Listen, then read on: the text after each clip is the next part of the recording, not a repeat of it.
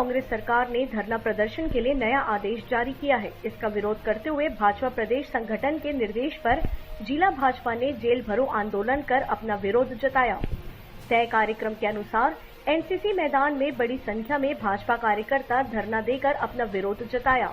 धरना के बाद प्रदेश उपाध्यक्ष लता उसेंडी और केशकाल के पूर्व विधायक सेवकराम नेताम की अगुवाई में भाजपा कार्यकर्ता कलेक्ट्रेट घेराव के लिए निकले, जिन्हें पुलिस ने जयस्तंभ चौक के पास रोक लिया।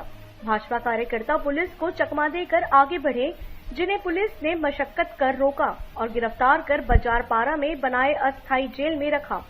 आंदोलन को लेकर प्रदेश उपाध्यक्ष लता उसेंडी ने कहा कि प्रदेश सरकार लोगों के अभिव्यक्ति की आजादी में बंदिश लगा रही है। एक तरह से पूरे प्रदेश में आपातकाल लागू कर दिया, जिसका विरोध करते हुए हम भाजपा के लोगों ने गिरफ्तारी दी।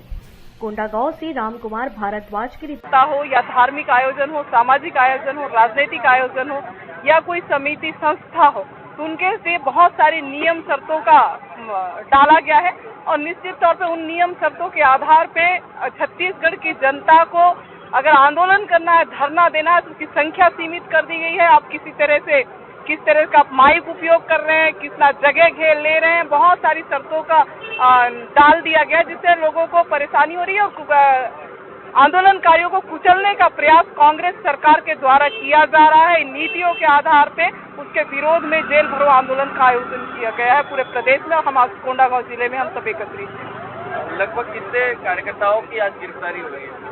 देखिए, हमारे साथ हजारों कार्यकर्ता है और सिर्फ कार्यकर्ता के अलावा भूपेश बघेल की नीति को जो लोग अस्वीकार कर रहे हैं, ऐसे आम लोग भी आज हमारे बीच में हमारे साथ हैं।